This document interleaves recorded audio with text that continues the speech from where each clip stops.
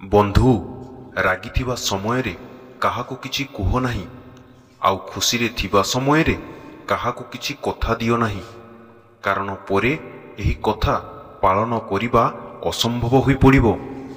जेतेबेले सबु लोक आपणको छाड़ी चली जाइथांती, सेतेबेले आपणको भितरे थिबा साहस आउ शक्ति बाहरकू बाहरी थाए।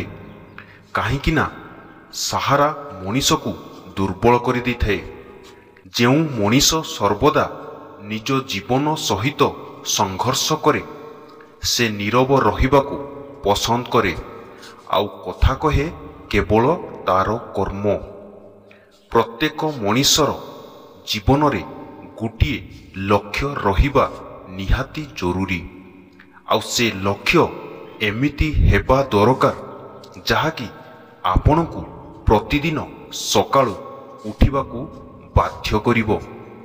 आपणको बयस जेते हेउना काहेकि प्रत्येक दिन जीवन आपणकू किछि ना किछि शिक्षा देइथाए। किछि पाइबाकू चेष्टा करो, नहेले किछि हरेई दियो, किंतु निज स्वार्थ पाई केबे भी काहार व्यवहार न करो। जदि केबे निजर सांगकू निजर शत्रु सहित बसिबा उठिबा देखुचंती, तेबे बुझी जांतु से दुई जण तुमर शत्रु, जणे तुम सामनारे आउ जणे तुम पछरे।